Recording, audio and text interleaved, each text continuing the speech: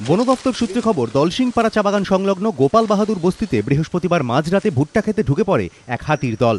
খবর যায় হ্যামিল্টনগঞ্জ বন দপ্তরের কাছে। বন দপ্তর সূত্রে খবর, মাঝরাতে হাতি তাড়াতে যান 5 জন কর্মী। প্রথমে শূন্যে গুলি চালান তারা, কিন্তু হাতিগুলি না সরায় পটকা ফাটাতে শুরু করেন বনকর্মীরা। তাদের দাবি, তখনই কয়েকটি হাতি তাদের দিকে তেড়ে আসে। বাধ্য হয়ে ফের গুলি চালান বনকর্মীরা।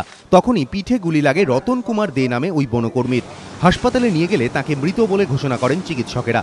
কোন বনকর্মীর বন্দুক থেকে ওই গুলি চলেছে তা নিয়ে তদন্ত শুরু করেছে বন দপ্তর। কার হাতে গুলিটা চলছে আমি এখন নিজেও জানি না, কারণ ওরা পড়ে গেছে, পড়ে গিয়ে এখন কিভাবে গুলিটা হচ্ছে সেটা এখন বলা যাচ্ছে না, সেটা তদন্ত সাপেক্ষ।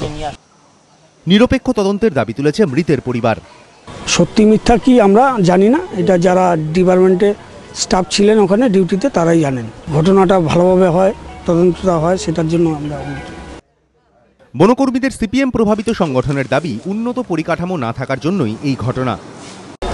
মৃত্যুটাকে আমরা এটা প্রতিবাদের জায়গায় নিয়ে যাচ্ছি। সাধারণ মানুষের সাথে কাজ করতে গিয়ে আজকে এইভাবে তার জীবন দিতে হলো উন্নত পরিকাঠামো না থাকার কারণে, এবং আমরা এর তীব্র প্রতিবাদ করছি এবং প্রতিবাদ করে অত্যাধুনিক যন্ত্র সম্বলিত দুটো স্কোয়াড গঠনের দাবি আমরা সংগঠনের পক্ষ থেকে করছি।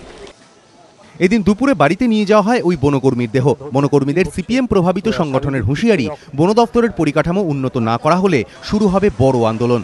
রাজা চট্টোপাধ্যায়, এবিপি আনন্দ, জলপাইগুড়ি।